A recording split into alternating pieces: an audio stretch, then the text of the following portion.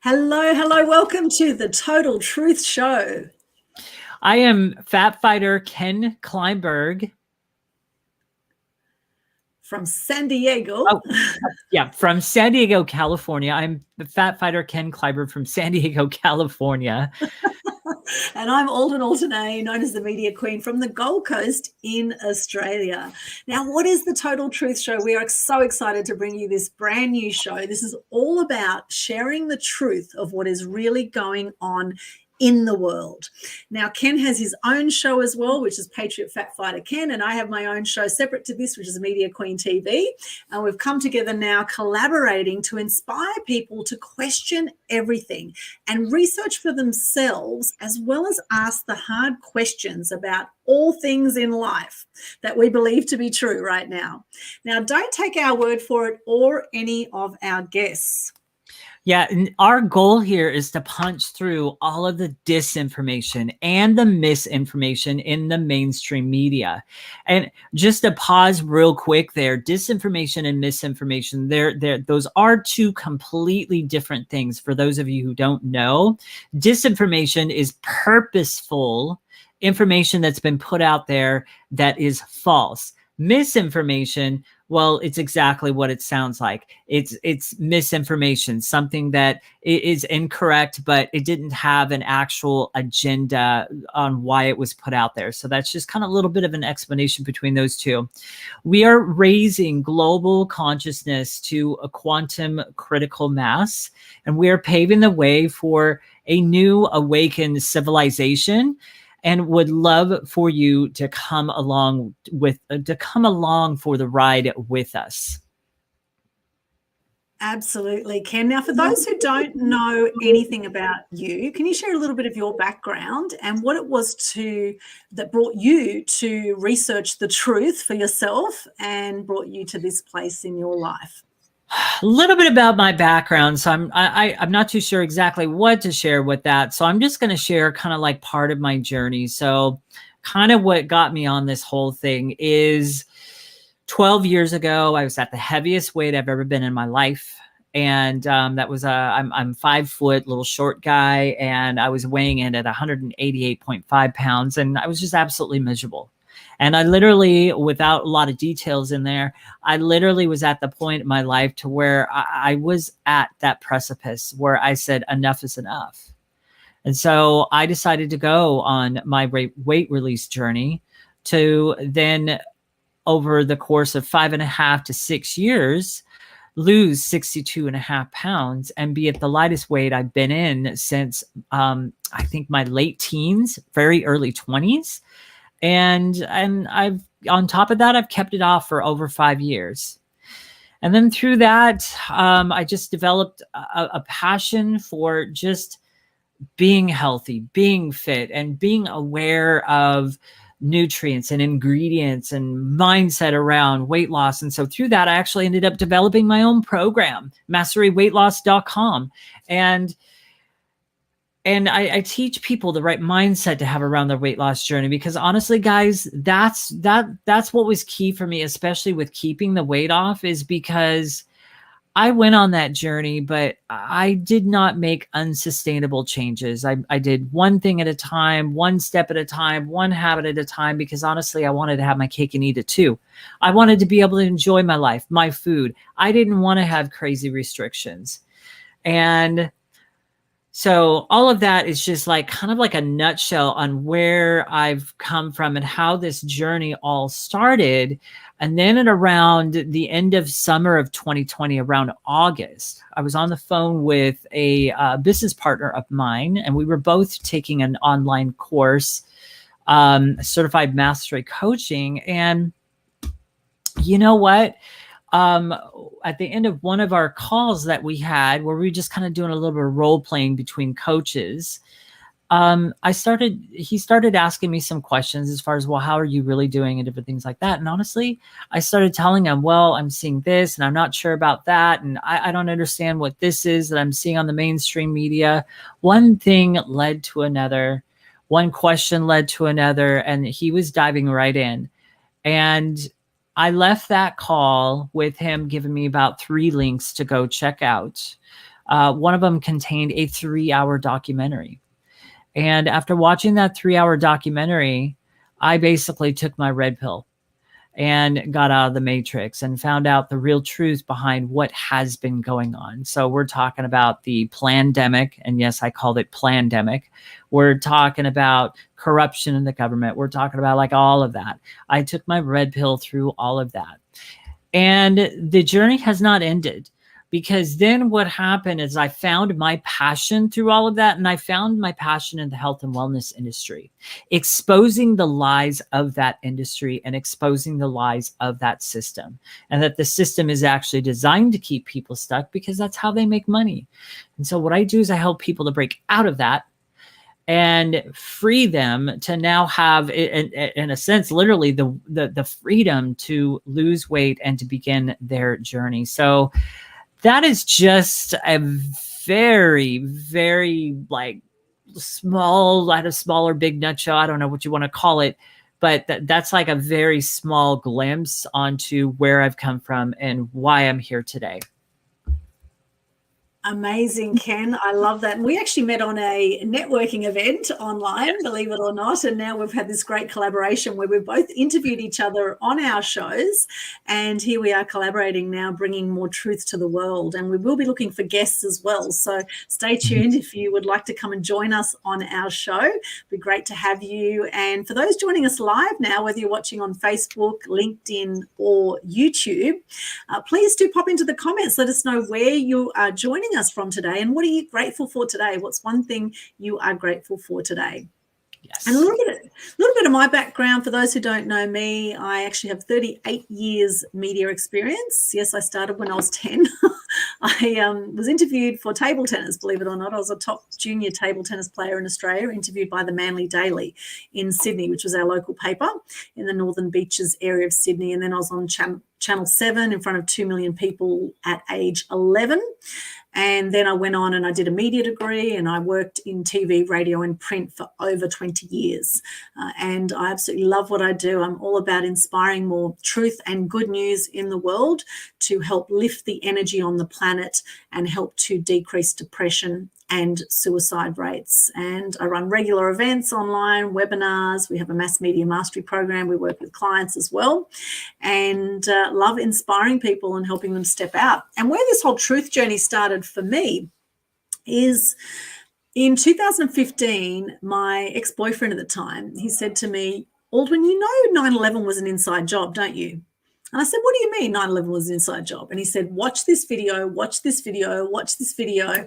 And he showed me all these David Icke videos and other videos. And as I started watching these videos, it absolutely blew my mind as to what I was seeing. And then I started to do some more research of my own and started to look on YouTube and look at different online platforms to see what kind of information was out there that I believed to be true that may not have been true. And then I started to see all this footage online of 9/11 that was never shown in the mainstream media. And I found out that the buildings were insured for 3 times the value before the buildings went down.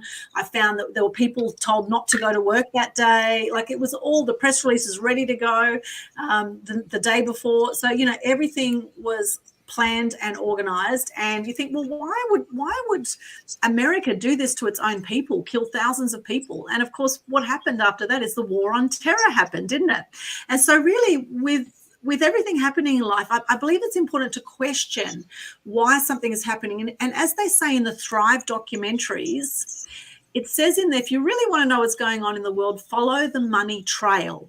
Who stands to benefit from what is going on in the world? And of course, don't take our word for it. We are just sharing information that we have heard. And, you know, at the end of the day, well, who knows what the whole truth and nothing but the truth is? But all I know, having worked as a journalist, is that we are definitely not being told the whole truth by the mainstream media. And I have seen it as a journalist. I have been in the media organizations where I have seen the editors have told journalists to go out and get certain stories that were not there. Also blanketed news that has gone right across all the news limited media or all the syndicated news channels. When something big happens, all the media gets the same story right across the board. and the same kinds of photos. And so we're seeing the same kinds of information again and again. And I call this now media programming or brainwashing. A lot of people are brainwashed and not realized they are brainwashed. And there's a lot that we believe to be true that isn't. And today's topic I'm really excited about, the truth about seed oils, because we know there's good oils and there's not so good oils. But do you really realize exactly what these bad oils are that you may actually think are good oils? And this is something you've done a lot of research in, Ken, which I can't wait to hear what you've got to say for us today on that topic. Yes, I have done a lot of research on it, and actually still developing it. So you guys are going to kind of get like a nutshell of some of the stuff that I put together. I'm also in the upcoming few weeks, once I'm done with this series, I will be coming out with the full episode of it, which will be it's going to be awesome. But it's this is actually part of an overall series that I'm doing called it's called The Top 7 Lies of the Health Industry. And I have 7 different episodes wrapped around it. And man, oh man, when I launch this series, it is going to be absolutely crazy powerful. It's going to be like a bunch of bombshells going off. I'm going to love it.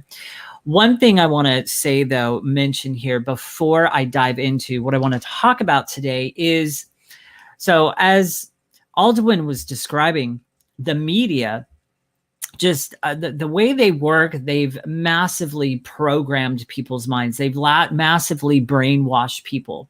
And to go just a tiny bit further down that road on how they do it, I'm going to give you a little tidbit. How they do this is they get you in a place where you feel fear.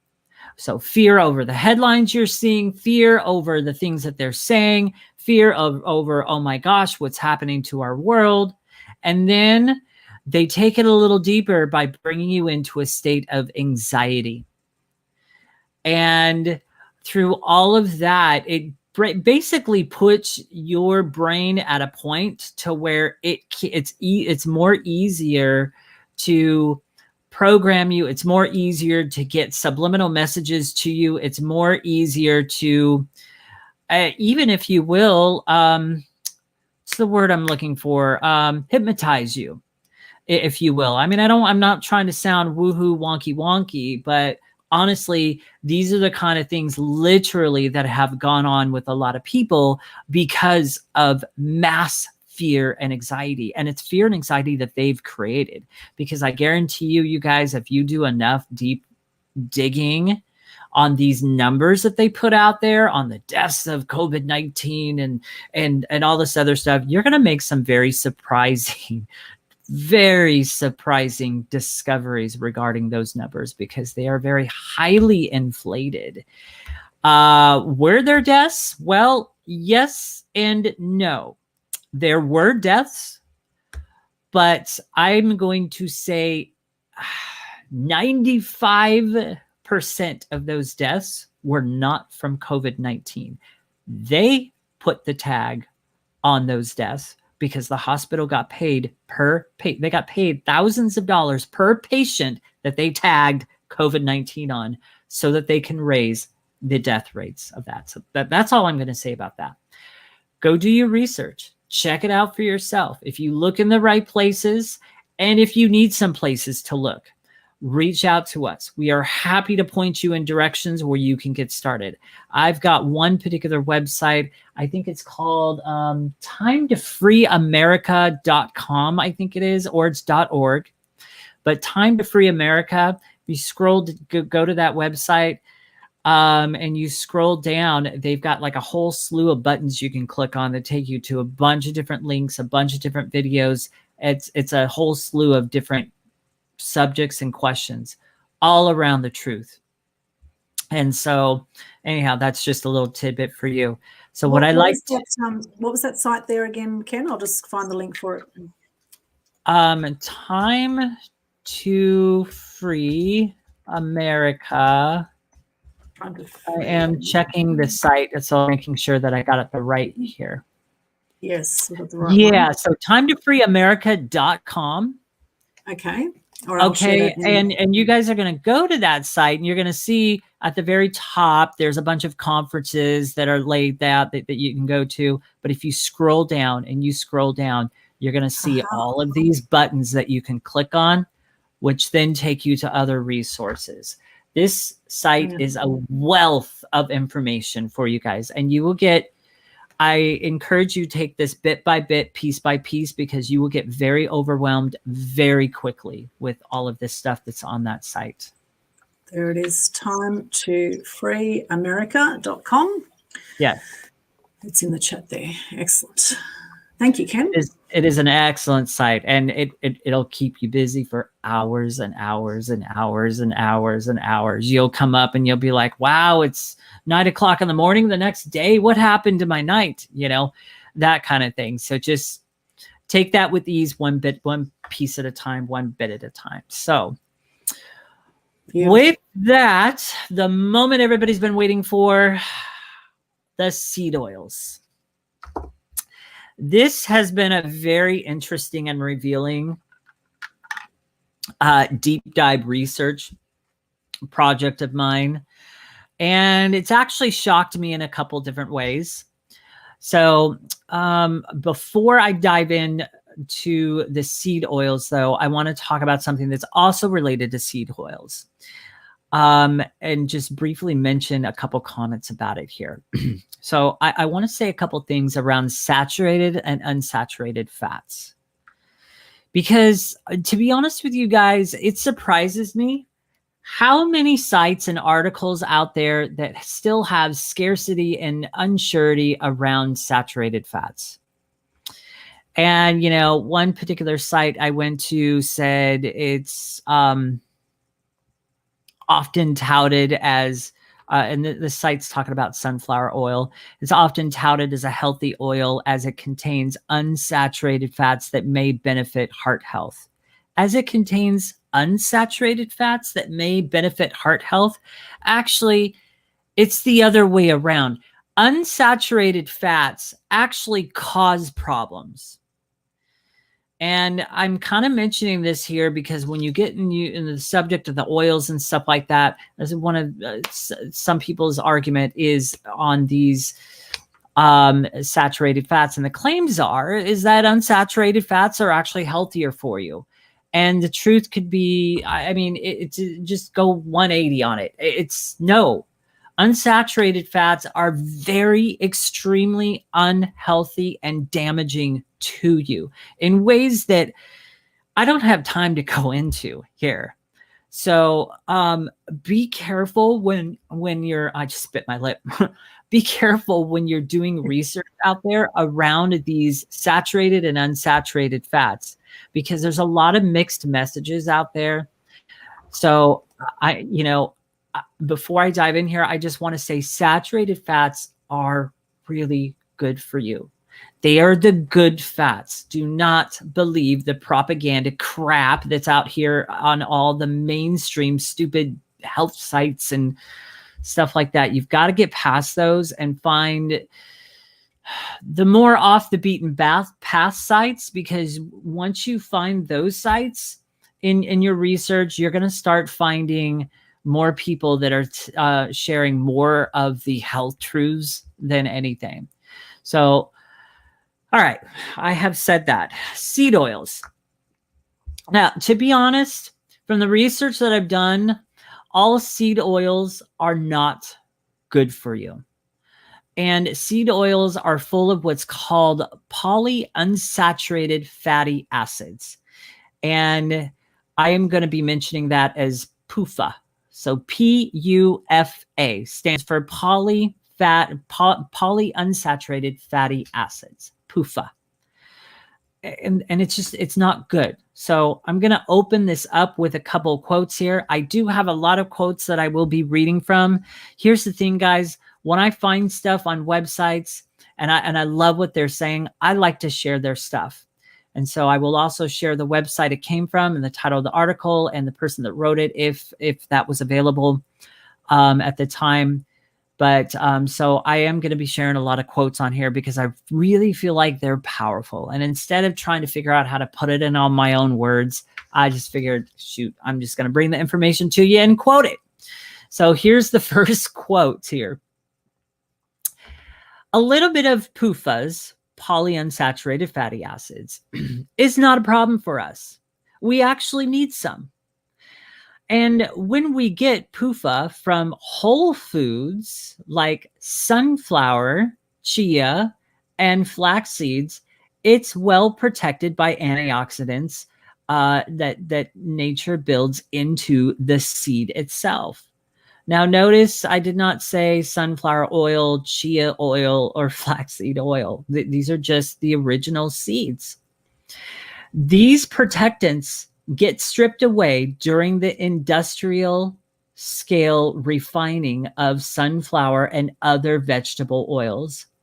And that's just the beginning of the problem with vegetable oils, which is also seed oils. That's another thing. Let me pause here. So that's another thing that they do a lot, guys. They do a lot of wordplay. And so they confuse you. Some people are still under the impression vegetable oil is good for you. Well, it's not. A lot of times when they say vegetable oil, it could mean 1, 2, or 3 of the seed oils that are bad for you. So just keep that in mind too. The refining process, going back to the quote, not only strips away antioxidants, but it makes PUFAs toxic by exposing them to heat, pressure, metals, and bleaching agents. Yes, you heard that right. Bleaching agents. Really? We're consuming that? This chemically alters the molecules into a wide variety of potent toxins.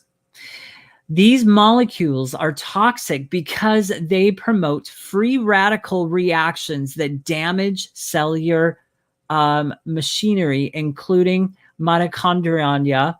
I probably mispronounced that, but I think you guys got what I was trying to say there. Enzymes, hormone receptors, and it damages DNA. In fact, it seems that they're the cause of a wide variety of health issues, including, interesting enough in today's day and age, including weakened immune systems, which I find interesting.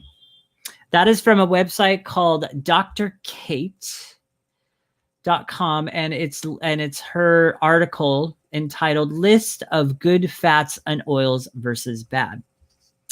You know, guys, I also find it interesting that the American Heart Association recommends seed oils.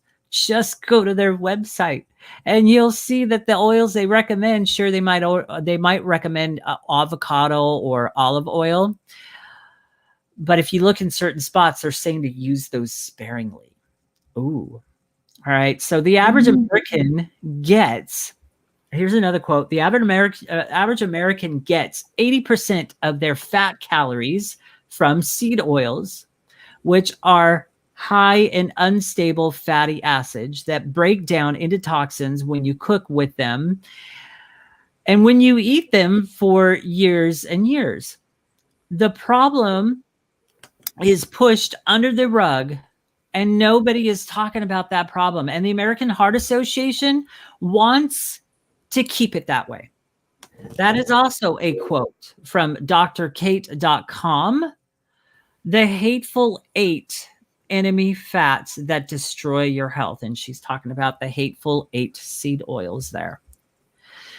So the other thing about PUFAs, polyunsaturated fatty acids, is I want to talk about omega-6s and omega-3s.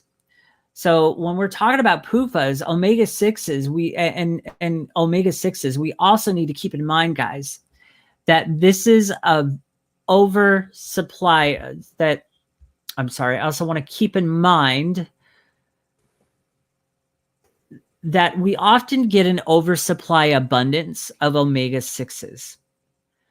And this is the problem. This is one of the problems that I mentioned that I want to mention here because I think it's really important to note. Oftentimes we are getting way too many omega-6s. and way too little omega-3s, and it actually needs to be the other way around. We need to be getting more omega-3s. Another quote, we only need maybe 1% to 2% of our daily calories to be polyunsaturates. When we eat more than this, they act like toxins in our body because they accumulate in our body fat and other tissues as well, but primarily in the body fat, where they then promote inflammation because they're unstable. And we get this inflammatory body fat, and it makes ourselves incapable of generating energy efficiently with our body fat, which is what we were designed to do. And that ends up making us hungry when we're really not hungry.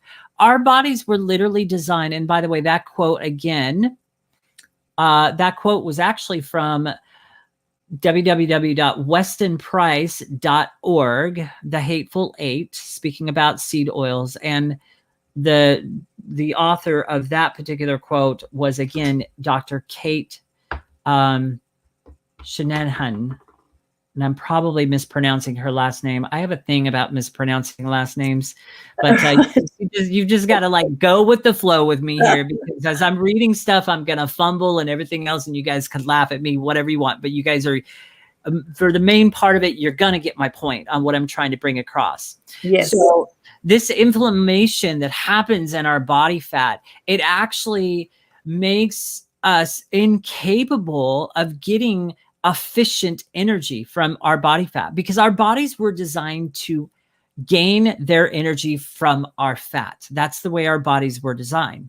But this inflammation from these seed oils actually disrupts that entire process. And I will be getting a little bit deeper on how it disrupts us, those seed oils, a little bit later on as we continue on here.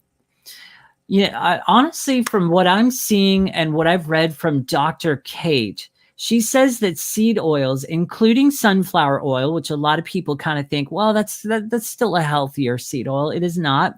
It causes metabolic damage, which then inhibits your ability to burn fat. Instead, your body begins to store it because the system that actually burns fat is damaged or is being damaged, you guys.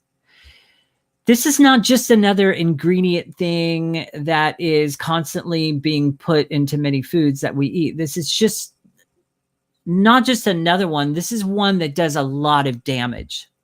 And we need to be more aware of this particular thing. Seed oils, whatever you want to call it, soybean oil, vegetable oil, canola oil, sunflower oil, safflower oil, all of these are included in that picture. Now, just something to note here. Did you know that the very first seed oil was originally used as a machine lubricant? Wow. No. Around 1910, 1912, Crisco was introduced for human consumption. Then around the 1950s, is when seed oils began to really catch on as far as consumption goes. And then you actually really begin to watch the health issues skyrocket all the way to current day. And what I'd like to do here is I actually would love to share a graph here so you can kind of see how these seed oils have affected. And give me just a second, guys. Yeah, this is mind-blowing. I thought sunflower oil was healthy because it's from sunflowers. That's what most people would think, right? Right. All right, you're good to go, Aldwyn. Let's have a look at this. Here we go. So check out this graph, you guys. You can see the seed oils on when they started spiking up, and if you will, they hit critical mass. And then you also see this other red line here where we talk about diabetes and all of pre-diabetes. And there's trust me, this graph actually quite doesn't do it justice with the health issues that have arose since these seed oils have been introduced into our daily eating routines. So that's just the graph. If you guys want a copy of this, I can post it in the comments later on and you can have that graph, but that's just number one. So back to the original screen here. Wow. So it literally is mind-blowing, you guys. Literally, it's just mind-blowing. And then here's the second one that I want to share here real quick. Let me bring it up. Do you have a list of these nasty seed oils that we should be avoiding? I am grabbing that right now. Great Excellent. timing, Aldwyn. Excellent. There you go. I'm just psychic. I love it. I can just tell. Here is the graph. This is a very powerful graph, you guys. You can even, you know, if you get your hands on this, you can take it, you can print it out, you can take it to the store, and you can start being more aware of the oils that are bad for you. So there on the left-hand side, you can see all the good oils. And I mean, it pretty simply lays it out. And then there on the right side, you see all the bad oils that are commonly put in so many different things, you guys. Since I've been doing the research on this over the last couple of weeks, I'm going to leave that up there for a few seconds, even if you guys want to take a screenshot of it or whatever. I have had some very unpleasant surprises as I've went and looked at some of my so-called healthy snack foods that I consume. Lo and behold, lurking in them is anything from sunflower oil, canola oil, soy oil. And yeah, I ended up getting rid of those, you know, and it was unfortunate because some of them were my favorite snacks. And, you know, for those who are listening to this on Spotify, it'd be good to actually go through and read those out. Maybe if you could read the good oils, and I'll read the bad ones. And for those that aren't actually seeing this as a video, let me re-share that then. And then I'll share a few examples that absolutely shocked me. I did some shopping yesterday and had a close look at the ingredients after I had actually bought these products. I do suggest don't wait until after you buy the products to check out the ingredients. And I'll be looking to take these products back now. And so the good fats, it says here, traditionally used fats and oils not highly processed, all-purpose, and caution with heat, the ones on the right. Okay, so the all-purpose ones, these are the good ones. Can you read those out, please, Ken? Yes. So, okay, so the good oils are olive oil, number 1, avocado oil, number 2, peanut oil, number 3, butter or ghee, I think it's called. Yes, ghee. That's number 4. Tallow or lard, that's number 5. Coconut butter, that's number 6. Mac nut oil, number 7. Coconut oil, number 8. Almond oil, number 9. Now, the ones you want to be very cautious with heating are walnut oil, flax oil, sesame, walnuts, seeds, fatty fish, which I think is pretty much unknown. And then artisanal grapeseed, I think that is. Artisanal grapeseed. I've never heard of that one before. Yeah. And that was cocoa butter. You mentioned coconut butter. It says cocoa butter there. So I'm sorry, cocoa butter. And then there is coconut oil. So yeah, yes. my bad on that. Thank you for the correction there. Okay. Now, the bad oils. Let's talk about that. So the bad oils. Yeah, so we've got soil. There's some in the middle there too, Ken, just looking at those middle ones in the yellow. Limited use is refined peanut, refined avocado, and refined coconut. So when you're looking for those kind of oils, you want to be careful if it says refined. So thank you for pointing that out. Okay, but not great, it says. Okay, but not great. So refined. Yeah. What does that mean exactly, refined? Is that how they process it? I think it is how they process it. It's been minimally processed, but it still has been processed. You just want to be very careful with that. Another tip that I read about out there, I don't remember what article it was or what site I was on, but I read the tip and I was like, oh, that's interesting. Things like avocado oil and coconut oil, mainly avocado oil and olive oil. When you're buying the bottles of them, you want to try to buy the bottles that are dark. Okay. And the reason for that is because the less light that gets allowed into the bottle of oil, the longer it's going to last. Because over time, these oils do become rancid on their own just from age. And so the darker the bottle, the longer it's going to last. So that's just a little tip, little side note.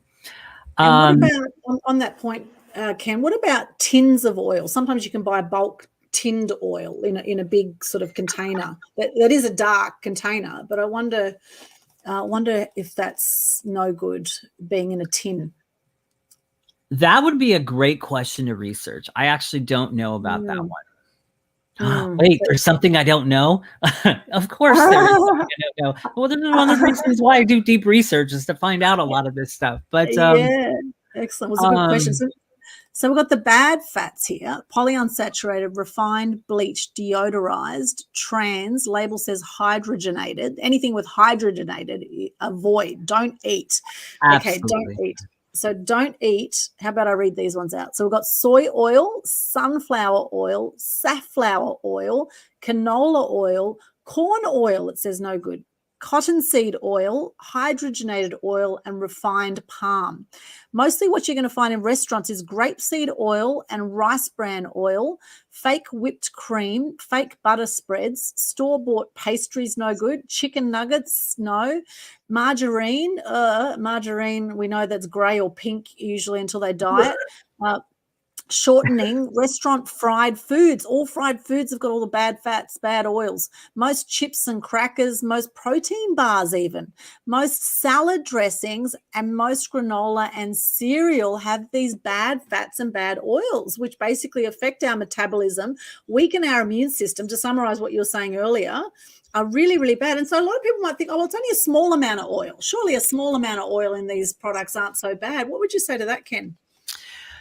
Really, really good question. So what you have to realize is, number one, until you really get a handle on what you have in your house that you're eating, and you've got these seed oils that you're consuming, getting too many of these seed oils can really get out of hand really quickly if you're not paying attention.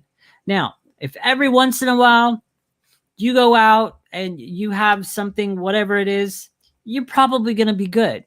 But if you're eating stuff on a daily basis that has one of these seed oils in it, I guarantee you're getting way, way, way, way too much. And you know what? Just another note here.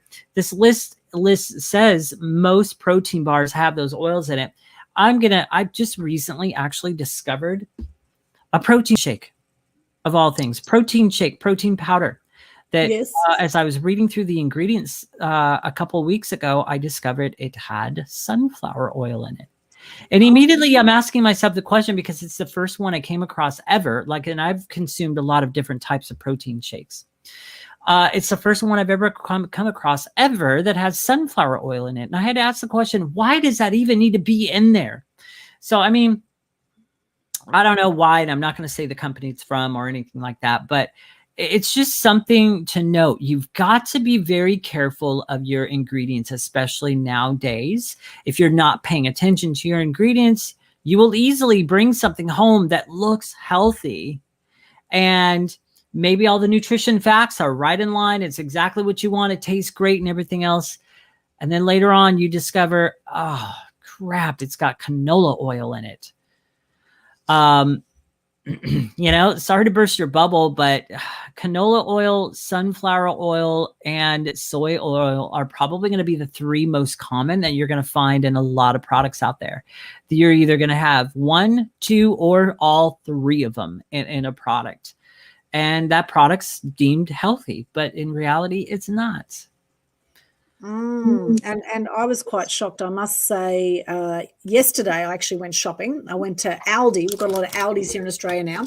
And now I tend to buy these corn chips, right?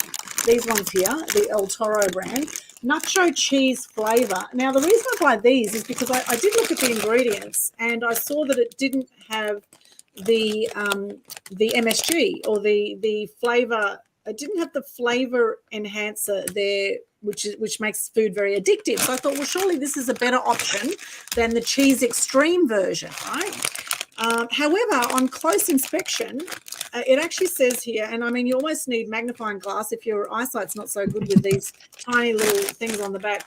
So this has got corn, 70% corn, vegetable oils. It's got palm and sunflower. Now, palm in general, I don't like to support because of what's happened with the orangutans in Indonesia. Now, I didn't look at that really carefully, admittedly. I didn't, and a lot of packaging will say vegetable oils. It won't say if it's palm or if it's sunflower. But in this case, the vegetable oils are palm and sunflower. It's got milk, solids, salt, vegetable powders, tomato, onion, garlic, sugar. A lot of things have got sugar too, amazingly.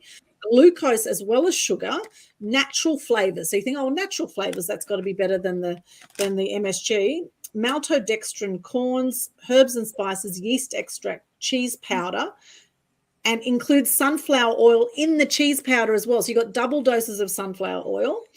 Milk solids, more milk solids, maltodextrin, corn, milk, salt, culture, rennet, natural flavor again, natural color, and acidity regulator. And then it says contains milk, may contain soy. We know soy is not good. And then it says contains sustainable palm oil. So what does that mean? Sustainable palm oil. What exactly do they mean by that? That one is, I don't know that one. That one's new to me as well. But I do need to ask the question, after reading all of those ingredients, do you really feel like that's a healthier option? No, even though it's 75% corn, 70% corn, that means 30% is crap in here, 30%. So you're probably just better to get an actual corn on the cob and eat the corn on the cob instead as a snack would be a much better option, right? And right. All of these that look so healthy as well. I bought all these from Aldi. I said all from the same company, mind you. We've got shiitake mushrooms, and mushrooms are really good for you, right? These are the crisps. These are the shiitake mushrooms. They're from DJ and A company. Then we've got these ones here, roasted edamame, which is very popular with the Japanese. Crispy and delicious young soybean snack. Well, soy is a whole other thing people have been deceived about. And then a green pea snack here, teriyaki green peas, all by the same company. Now, when I look closely at these ingredients, every single one of them have also got vegetable oil in them. This has got 76% peas, which means 24% crap. And then this one here has, okay, this has got 95% soybeans. You've got 5% crap in this one. However, soybeans are not so good. I'd love you to share a bit more on soy there, Ken. And this one's 75% mushroom, 25% crap. Okay, so really you think you're eating healthy, and, you know, it says here no added MSG on the bottom, no GMO, no genetically modified foods, right? Excellent source of dietary fiber, good source of protein, and plant-based. So you think you're eating healthy, right? So tell us. Yeah, and also notice the wording again. See, they play word games with us. No added MSG. Yes. It's word games that they play with us. And if you're not paying close attention, it's subconscious, and you pick it up and you're just like, oh, no added MSG. Okay, great, perfect. It's going to be good. But if you really sit down and you think about it and you ask, wait, no added MSG. So does it already have MSG in it? And then they just didn't add more? You know? Exactly. And soy. Now, soy is one of these things that some people say is healthy. There was a big thing going about soy milk being a healthy alternative to normal milk for quite a while. Now, I know you've done a bit of research into this, Ken, into soy. Can you let us know a bit more about soy and why soy is not as good as we are led to believe? Yes, that I actually did not include in my outline. So I've got to pull up one of my other main outlines here. And okay. I will read to you a quote. Okay, so this is a bit of a long quote, but especially towards the end, it's going to be a bit of an eye-opener for a lot of people. And I know it was for me, and it's going to probably cause me to do further research on soy itself. Just to kind of get clarity on some things, because I read something brand new to me in this article, and it's towards the end here. So I'm actually not going to read the whole thing. I'm going to, okay, so Once you add in the fact that most partially hydrogenated oils are derived from soybean oil, you have a toxic mix of dangerous ingredients. With most of us eating this toxic mixture on a daily basis, is it any wonder that our children's rates of diabetes and obesity have risen so high? One thing you may not know, here it is that the soy plant itself is actually toxic to humans. Interesting, right? As the article quotes that question, the plant that so many health gurus tout as being super healthy is actually toxic to our systems. Soybean oil contains a poisonous chemical called PHG. I will explain what that means in a minute. This chemical slows your blood circulation and causes your blood to clot. It damages the central nervous system. It interferes with digestion and can cause memory loss. Does that sound like a great health food to you? End quotes. That is from a website. I love this website. www.stopkillingmykids.com, why you should avoid soybean oil. And the article was written by Sarah Olson. Now, on to this PHG thing. So it's P as in Paul, H as in Henry, G as in go. Soybean oil also contains a toxic biochemical called phytohemagglutinin. That's the PHG. PHG kills rats and is poisonous to all living things. PHG is a large protein molecule that is proven to be specific in its ability to basically agglutinate human blood. Agglutination essentially means to glue or to cause to adhere or to form a mass. Because of this, PHG, again, that is phytohemagglutinin, PHG, slows blood circulation and forms blood clots, as mentioned before in the other quote. It also combines with impurities in the blood and forms plaque on the walls of the artery. Interesting. That sounds like a heart attack waiting to happen.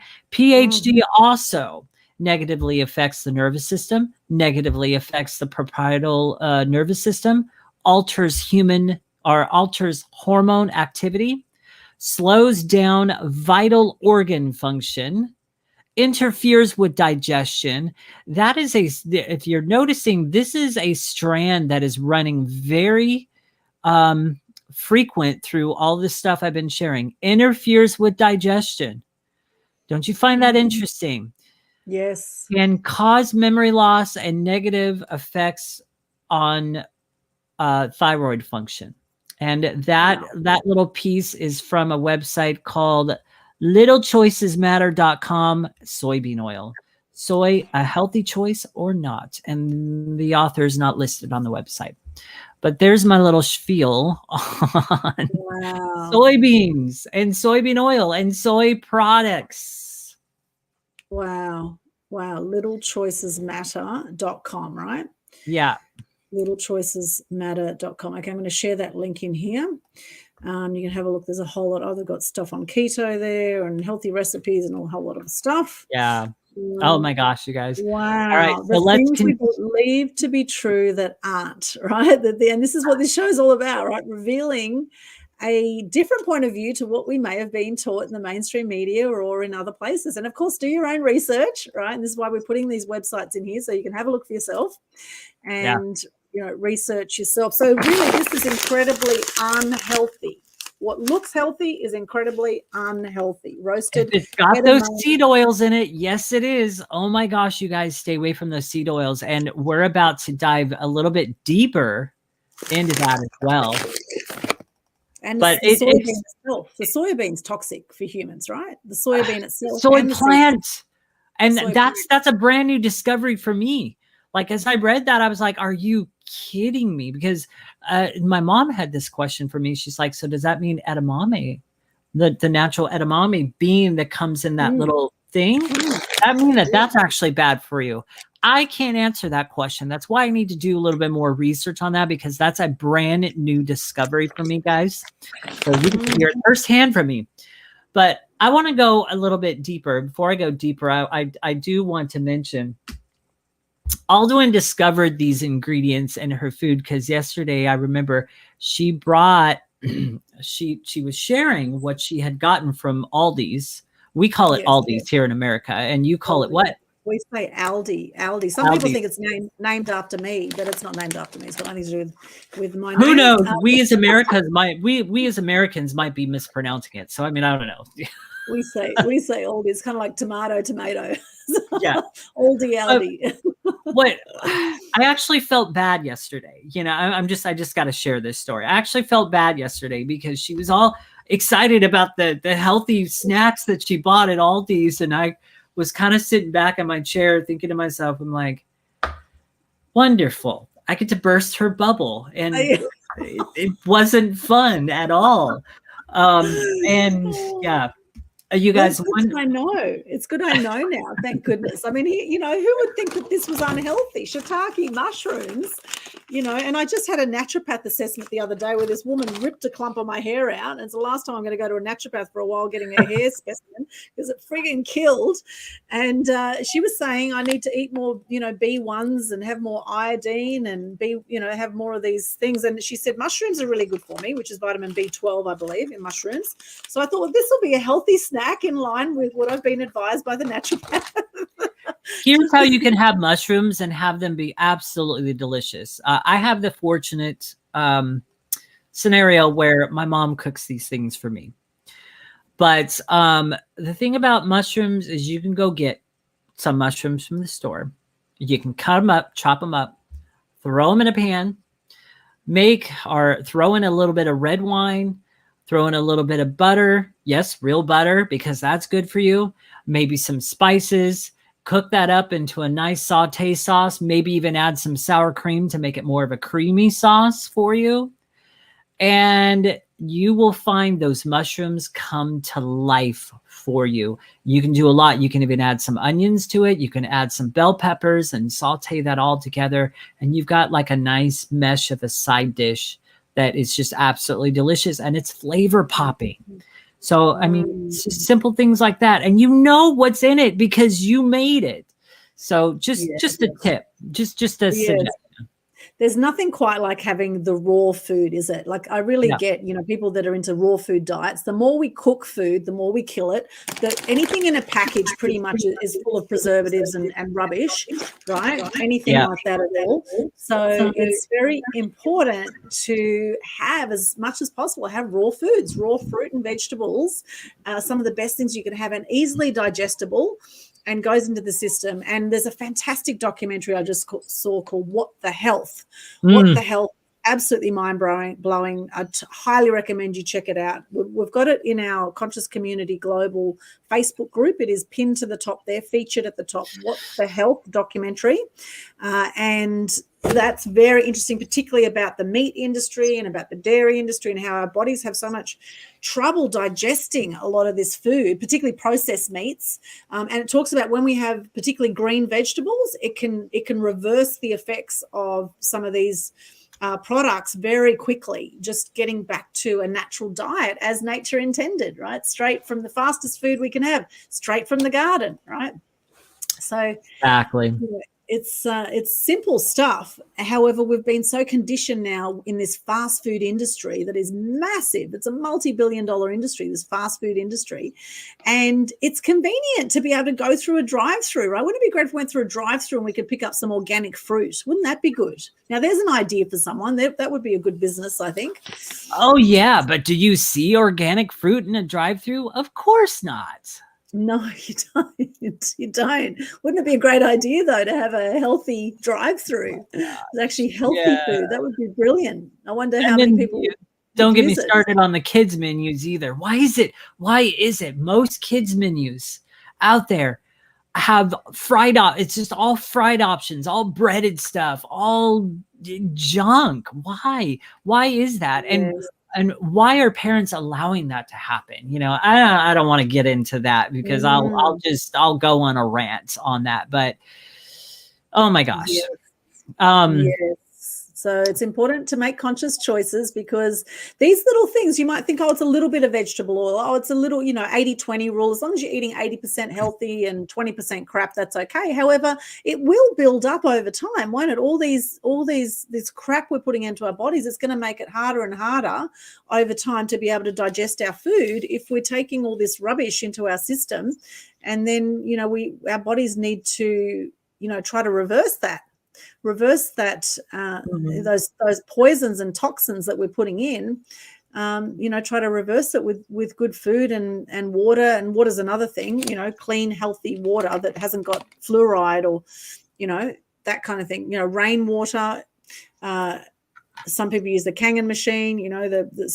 Having healthy water is also another huge thing. Exactly. It's really, really important. All of these things are really important. And it's also important to note here that learning about all this stuff at first can seem very overwhelming. It's like, oh my gosh, what am I just not going to be able to enjoy food the rest of my life? No. You have to remember, and I remind people this of all the time, you have to remember it is one step at a time making those changes. You didn't get here overnight. You got here one small change at a time, and you got to this unhealthy stage one step at a time. You're going to get back to more healthy one step at a time. And you got to figure out what things you're going to change, what things, it's just about customizing it to work for your lifestyle. And it's about being more aware. So now from this point forward, make a note that as you're going to the store, take the extra time, make the extra time to look at your ingredients, to read through those, to scour that, and to stand there and ask yourself, do I feel comfortable with this going into my house and into my body? Do I really feel comfortable with that? Because you know what, and kind of moving on in my outline here, these oils, they will sneak your way into, they sneak their way into our foods like the plague, you guys. And let me tell you, since I've been doing this deep diving research around seed oils, I've made some discouraging discoveries myself in my pantry in my home, as I mentioned earlier. It was kind of very discouraging to find out some things.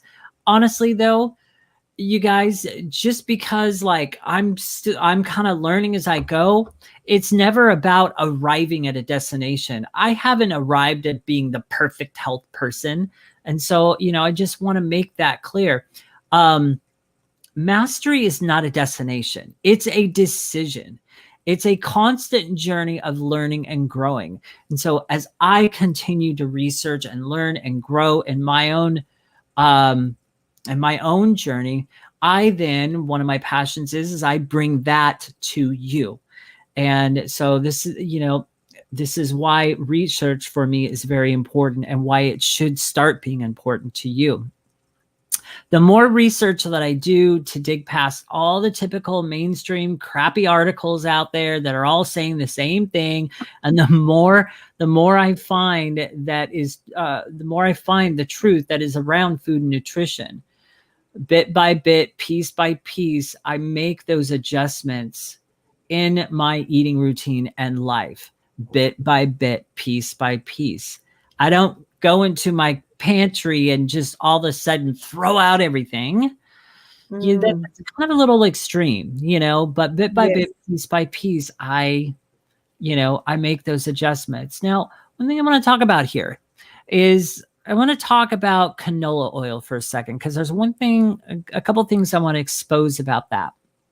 Canola oil in itself was originally just used in soaps, lipsticks, inks, biofuels, machinery lubricant, and insecticides, and etc. Note that it was used as an insecticide. And as I've read in a number of places, insects won't go near it. Doesn't that just make you go, Mm-hmm. Yes. Insects won't go near canola oil. Why should you? And that's just a note on canola oil, you guys. So I wanted to bring that out. I put that in there. So one last thing I want to go over here, and then we're done. And this is going to kind of be a little bit of a bombshell for some of you as you really start wrapping your minds around what I'm reading here. So what I'm reading here is a quote from a book that I discovered on this journey. And this lady that has written this book has got some very powerful treasures in it. And she does have a diet plan to follow by in the back, and you might get some good tips. I'm not really into diets. You guys know me well enough, or you've been following me for a while, you know my view on diets. But there are definitely some really good things in the back on her little phase 1 and phase 2 and plan that she's got laid out. But the bulk of the book is full of treasures and gems and things that will wow you. And this is a book. I don't know if you can see the full book. It's The Fat Burn Fix. And it's by Catherine Shanahan. Shanahan. Shanahan, is it? Yeah, Shanahan. Yes. Shanahan. Something like that. Yes. She's a medical doctor. And so a lot of the articles that I quoted from that were written by Dr. Kate, that's her. Okay. So this is a direct quote from her book that I just shared there. So if you want to get her book, definitely get it. So she talks about how these seed oils actually cause inflammation in the hypothalamic. I actually spelled it out to where I can pronounce it. The hypothalamic appetite control centers in your brain. Oh. This then causes distortion in our taste and the foods that we crave, leading to food aversions, finicky eating, and preference for sweet foods, moreover complex flavors profiles. Now, she also says, quote, when you crave sweet and starchy foods, what you're craving is calories, not nutrition. Going on further, I'm going to read a long piece here. Taste aversions may occur because of an inflamed hypothalamic is not functioning properly and can only process the relatively simple flavors of blander tasting foods, driving a preference for processed foods like crackers, pasta, chicken fingers, and severely limiting a person's food options so that it can be very difficult to follow a healthy, balanced diet for long. Doesn't that sound familiar to most of people out there, you guys? Yes. Well, if you think about it, this inflammatory that's going on in the hypothalamic, and I really hope that I've got that correctly, but it's going to have to work for now. The hypothalamic in your brain, it's a place in your brain. The inflammation that happens in here that's caused by the seed oils actually is altering your taste buds, and it is actually altering the foods you crave. Let me continue with her quote. So all of that was kind of like my 2 cents. So let me continue with the quote. In a sense, this inflammation forces your hypothalamic to make you seek out least nutritious foods in an attempt to at least understand whatever it is you're eating. So this is your brain trying to process it. For as long as you've had vegetable oil driving inflammation in your hypothalamic, your ability to enjoy food has been distorted for some, and this translates to finding comfort in sweets and starches. For others, this translates to an inability to enjoy the more subtle, savory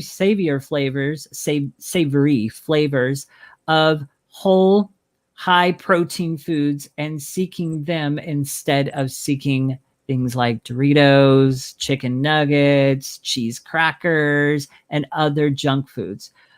Food scientists have tricked your brain into believing that these junk foods are extraordinary sources of protein, when in reality, they are mostly MSG encrusted starch. Continuing on. The most satiating foods are those high in both cholesterol and energizing saturated and monosaturated fats. I'm going to pause there. You might find it interesting that I mentioned the word cholesterol. I'm not going to go into that here, but I am going to say, yes, cholesterol. It's not what we have been told it is. I will mention here, because I want you to really think about this, our bodies naturally produce 3,000 milligrams of cholesterol per day.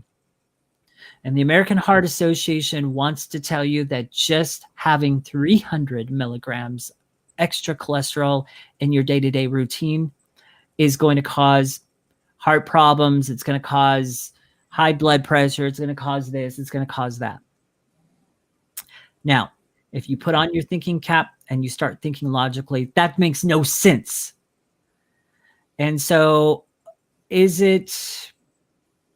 cholesterol really bad for us after all? That's the question I'm going to ask here.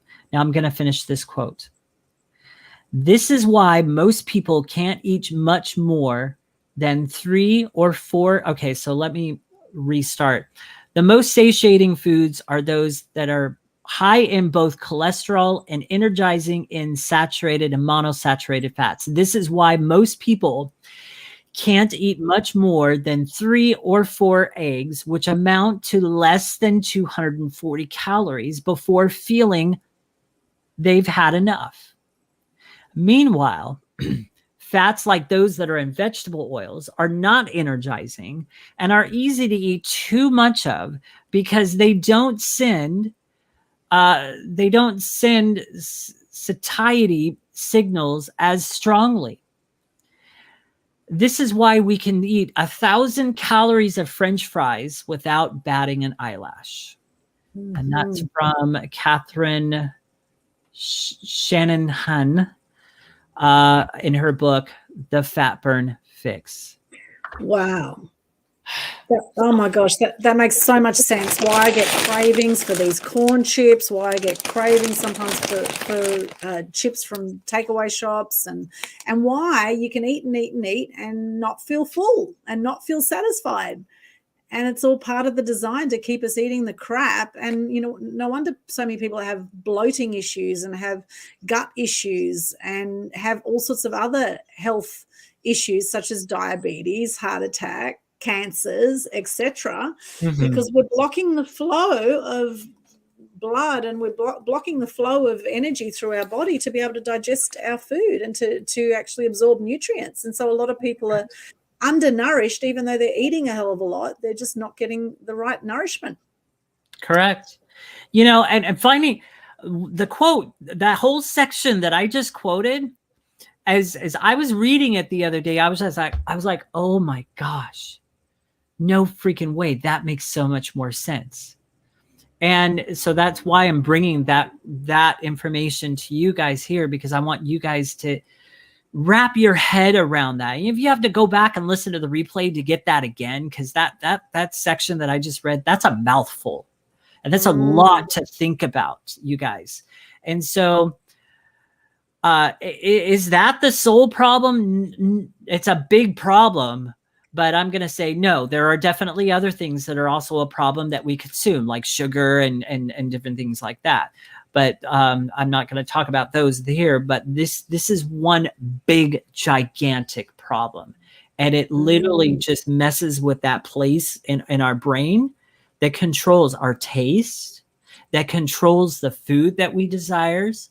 Now, another thing she does note in her book, which I will end with this, is she does note that as you filter out these seed oils in your eating routine and you start to get away from them more and more and more, and then you finally, stay away from them or whatever, as you do that, your brain will relearn how to taste food and how to crave foods that are more satiating, that are more whole foods. Those cravings and desires and tastes, they will come back, not overnight. She did mention in there that for some, it's going to take a couple years, but for others, it may.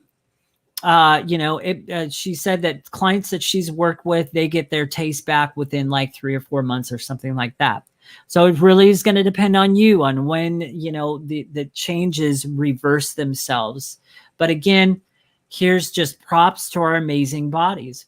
When we are getting the right amounts of good whole foods and when we're doing the right things, our bodies automatically heal themselves, and it gives you the opportunity to reprogram, and your cells get reprogrammed, and all of that happens because our bodies are so miraculously made and they heal themselves. So that's an amazing good news part about this. So it's not like, okay, so if you've been consuming these seed oils all your life and you haven't been aware of how much you've consumed, and now you're looking at this kind of getting discouraged going, well, crap, my taste buds and the foods I desire, it's all messed up.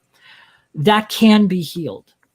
So that's the hope behind that. So anyhow, you guys, I hope all the information I've shared here today has been really helpful and useful to you guys. And one big thing that I hope you take away from this is to start freaking paying attention to your ingredients.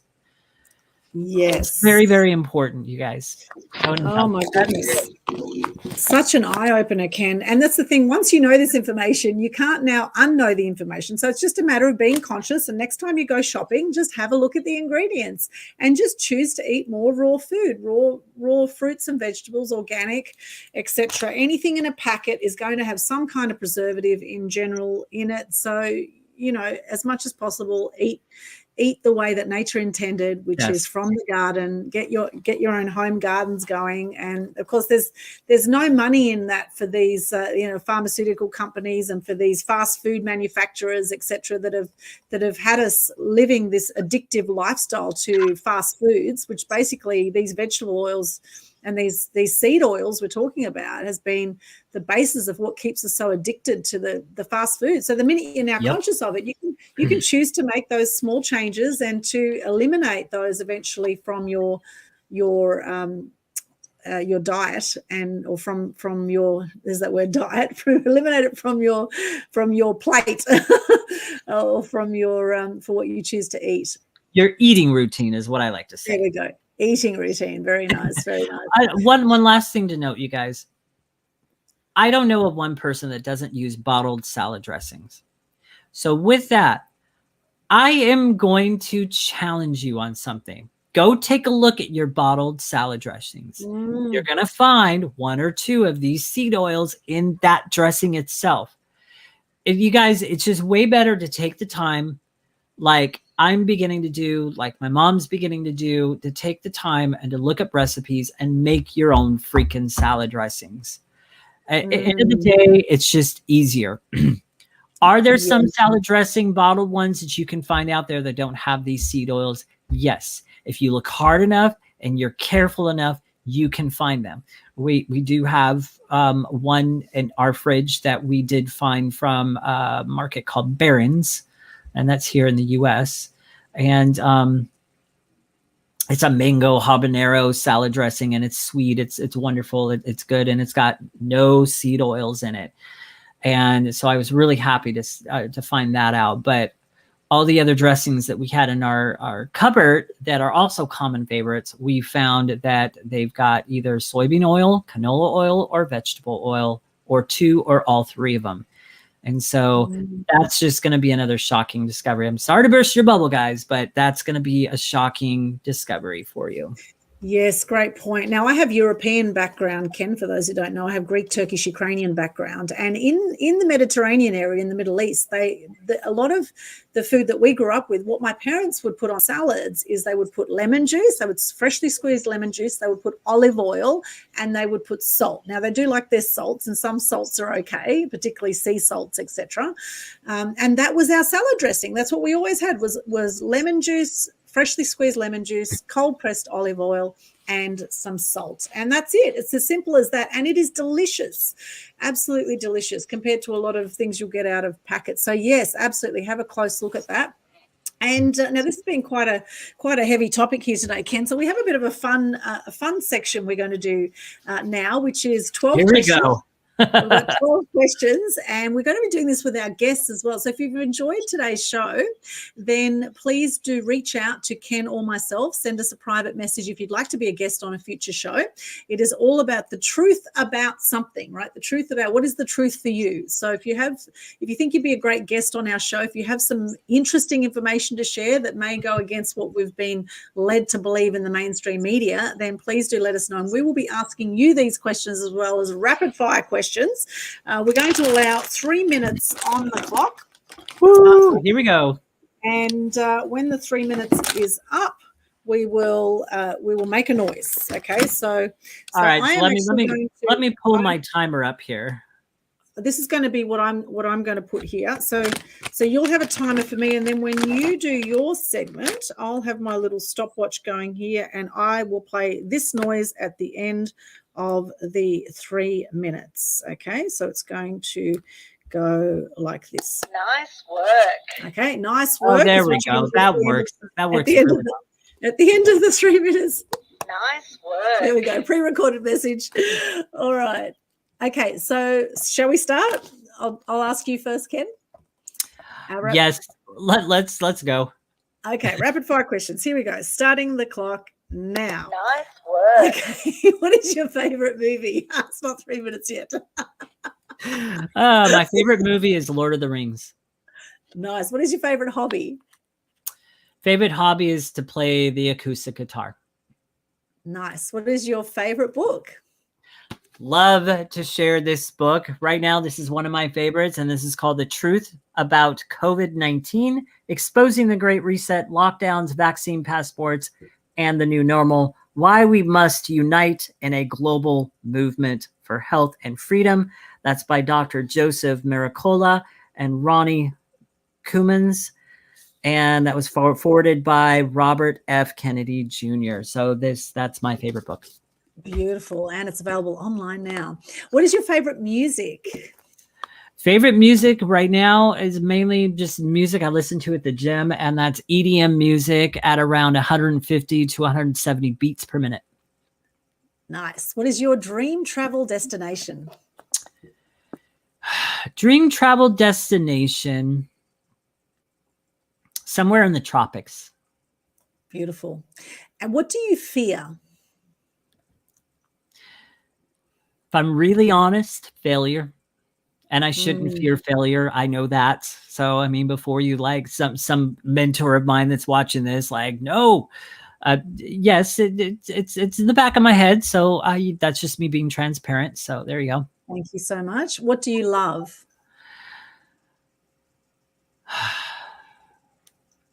I love my cat, and I love my mom.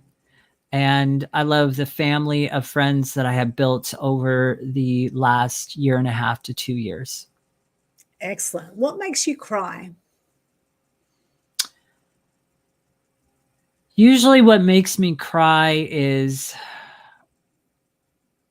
real tough situations, real tough trials, things that bring me to that point of breaking, which then, brings growth, but that will often make me cry. And obviously losses, any kind of loss. Yes. And what makes you laugh? We're at 2:25 on the clock. What makes you laugh? What makes me laugh? Stupidity. Yes. What do you dream about for your life? To be 100% financially secure. Beautiful. What is your favorite quote? Some of you guys are going to roll your eyes at me. and others are going to applaud this. My favorite quote is actually from Donald J. Trump, and it is, treat the word impossible as nothing more than motivation. Beautiful. Last question. What are 3 things you're grateful for? The gym. Nice work. That's 3 minutes. Let's finish it. That's 3 minutes. What are 3 things you're grateful for? The gym, the fact that I have a roof over my head, and my health. Beautiful. Well done. Excellent. That's so good. In 3 minutes, we've learned so much about you now, Ken. And now it's my turn to answer. So I'll turn the tables. Okay, let me pull up my timer again. Come on. Got the timer, and I've got the questions there in the private chat as well, Ken, if it's easier. Great. Nah, I've got them right here. All right. Ready, go. What is your favorite movie? The Sound of Music.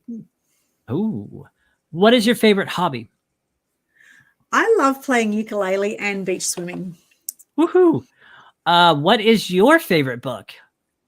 One of my favorites all times is Heal Your Life by Louise Hay. Nice. What's your favorite music? Oh, I like so much music. Coldplay is definitely one of my favorites. I love Jamiroquai, Sade. They're just some of my faves. Love it.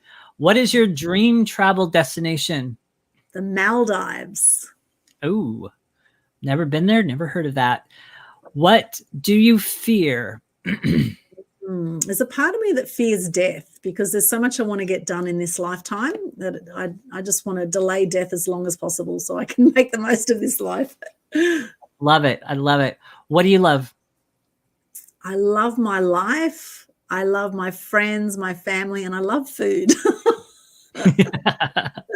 Touche. What makes you cry? People being cruel to animals really upsets me. That's one of the biggest things that makes me cry is animal cruelty. I definitely agree with that. What makes you laugh? I love comedies, and particularly one of my favorites is 2.5 Men with Charlie Sheen in it. Oh, I've heard of that. I don't think I've seen it though. Interesting. What do you dream about for your life? I dream of having a live studio show one day, like a sort of like a David Letterman show with comedy and live music and that kind of thing, doing a live studio show. That's one of my big dreams. Another one of my dreams is to have an animal sanctuary and retreat space where we can help people connect with nature and also stream conscious media. Neither one of those things surprise me about you. Love it. What is your favorite quote? I love the Margaret Mead quote that is, a small group of thoughtful people can change the world. In fact, it's the only thing that ever has. Love it. And lastly, you have 35 seconds. You're doing better than I did. What are 3 things that you are grateful for? I'm grateful for you, Ken. This has been so much fun doing this show here. I'm grateful for technology to reach you all here today. And I'm grateful that I created the Global Good News Challenge in June 2020. We have it every month sharing gratitude and good news. And I'm grateful you completed the Good News Challenge, Ken. Well done. You just did the longest one. Excellent work. And sharing gratitude and good news and lifting the energy on the planet. Awesome. Wow. You made it with 7 seconds to spare. You did better than I did. There you go. Not that it's a competition, but at least if we have rapid fire, you know, we otherwise we could chat easily for 30 minutes, right? If we don't put a 3-minute time limit on it. Yep. Oh, it's been an amazing show here, Ken. This is our episode 2. We've gone for 1 hour and 23 already, and we could just keep on chatting. So we will have more episodes. In fact, in the coming weeks, in about 2 weeks' time, we'll have our next one, and then another one about 2 weeks after that. And I've got 2 people in mind that I'm going to be lining up for both of those episodes. So stay tuned. Both of those people have very powerful things to share. Those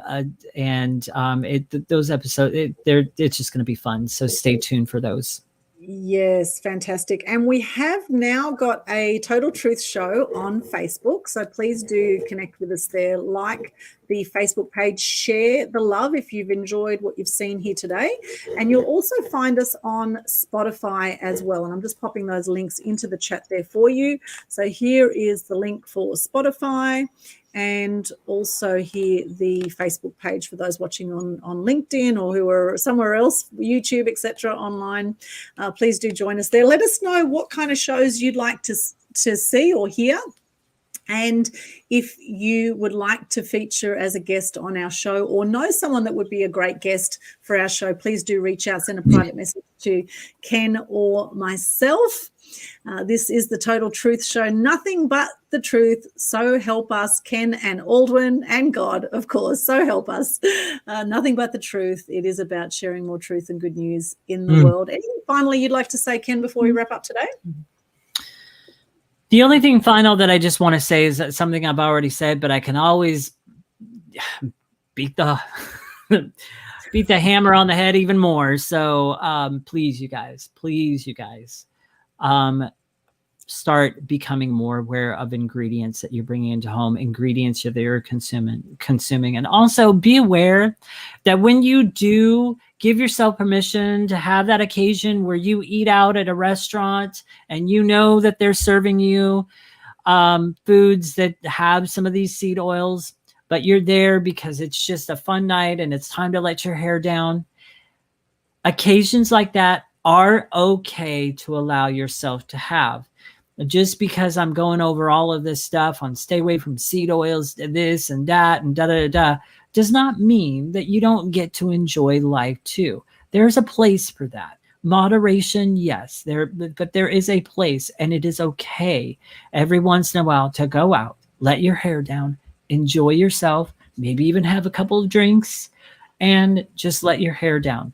So I kind of want to end that on a light note, you guys, because I know, like Aldwyn very accurately put it, this was a heavy episode and it was a heavy topic. And I just want to give you guys that little bit of light there, that remember, it is one step at a time. It is one change at a time. It is one habit at a time, because it's a journey. You're not going on a diet. You are not, don't even think about diet, because that's the wrong way of thinking in the first place. But you slowly but surely make these changes and start introducing new, healthy, sustainable habits and changes into your life. Yes, I love that. Thanks for mentioning that, Ken. And don't let perfection get in the way of progress, they say as well. So small changes, absolutely. I'm all for that. And remembering that your body is your palace. Your body is what you come into the world with your body, you leave with your body, and how you treat your body in between those 2 points is going to determine the quality of your life and the quality of your energy, because energy is life, right? And if you feed your body crap, you're going to have less energy, you're going to have less lust for life to do the things that you really want to do and love, and you're going to feel drained and you're going to feel lethargic and bloated, etc., if you eat more of the crap food. So just notice, how do you feel when you eat certain foods? And then you can consciously decide, okay, next time I'm going to maybe limit the intake of that food, or have less of that food, or have none of that food. It's really up to you. With every action, there will be a reaction. So there's going to be consequences of all of our behavior and what we put into our mouths. And it's important to just get conscious to that, right? Just get conscious how you feel after certain foods. And I know certain foods with bread, for example, often when I have bread, I will feel bloated, lethargic. I'll feel like sleeping. And maybe this is where the idea of the siesta came from, is that after people have a big lunch, that they just want to sleep because of the types of food that they're eating potentially. There could be a close correlation with that. And Ken, wrapping up here, I would love to leave people with these quotes. As Gandhi says, be the change you wish to see in the world. As I say, shine bright and light up all those around you. Thank you so much for joining us. It's been a pleasure to be with you today. Please follow us on Spotify, share the Total Truth Show. Let us know in the comments what you're grateful for today and what you've got out of this show. Let us know what you've got out of this. And if you would like to be a guest for one of our future shows, please reach out.